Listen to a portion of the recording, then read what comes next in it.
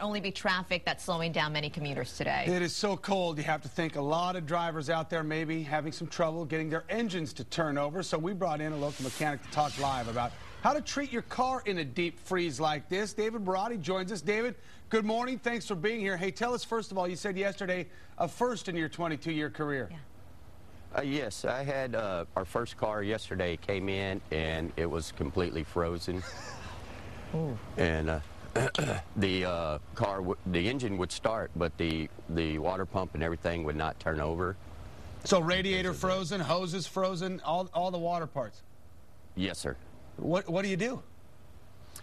You let it defrost. Yeah. It took about 4.5 hours to defrost the car, and then I was able to put another dry belt on it because when she started it, you know, with the engine turning, the bottom part and the top part not turning, it burnt the belt off of it. Yeah, I can imagine. Letting it defrost is tough when the temperature doesn't get above freezing. Okay, let's get down to the nuts and bolts, so to speak. Antifreeze. We got to talk about the antifreeze and something that everybody needs to check in this cold weather. Yes, sir. Your antifreeze is in the coolant in your radiator. Every 2 years you should actually replace the antifreeze in your vehicle, because also it builds up a static electricity in there and it eats up the heater cores in your radiator. It goes through all the welds. Yeah. So it's a good thing to replace your antifreeze every 2 years. David, you look into that, and it should have that tint of green to it, right? You don't want to use just water in there, right? Yes, it should be 50-50, actually, is what they recommend. Okay, and so get that flushed every 2 years, but check it this morning. Certainly can't hurt. How about the washer fluid? People just use water in that overflow jug that you get there, and that's just going to freeze, right? Yes, sir. It will freeze, and then usually when it freezes, it expands that plastic, and it can break the plastic reservoir right there. And then you get the big leak too. So replace that with that's the blue tinted washer fluid. Washer fluid, yes, sir. Okay, and then tell us about wipers too. If you're gonna, it's a good idea to check your wiper blades, right? Yes. Also, on your wipers, just make sure you replace them like about every year or so, and it keeps them from getting stuck. And then plus, when it freezes, the rubber right there will stick on the windshield, and it will tear it eventually. Well, and then you get that real hard rubber too, across your windshield too. That's always a hassle.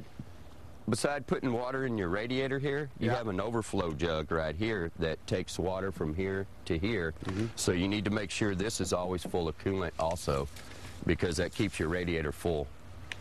Okay, let's talk about, David, let's talk about tire pressure. It's tough to get an accurate read when the temperature is so low, right? It's not really accurate, and yet tire pressure is hugely important in this weather.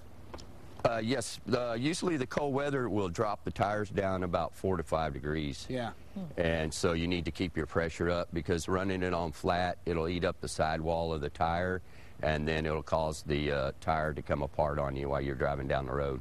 Okay, let's put you on the spot here. I got up at 2:45 this morning, went out and started my car, cranked the heater up, and by the time I got in at 3 o'clock, it still wasn't really warm. So what do you advise people this morning if they, you get in your car, it's been sitting out overnight, 18 degrees or 20 degrees, you're going to freeze when you get in, even if you have it cranked. So normal car, normal situation, how long does it take to warm that baby up? It usually takes anywhere from 7 to 10 minutes to warm up a car. Yeah. When it's this cold, yes. You advise people taking jumper cables with them too, maybe an emergency kit, blanket or something, keep your gas tank full? Yes, sir. Yeah, good idea in this cold condition. All right, let's hope you don't see any other customers today with frozen up cars too. Yes. Oh, my goodness. Hey, we're going to talk to you a little bit later too. We appreciate you getting up and coming in with us. Good advice for people, and hopefully the commute will be smooth this morning. All right, thank you. All right, David, thanks. Bye-bye. 5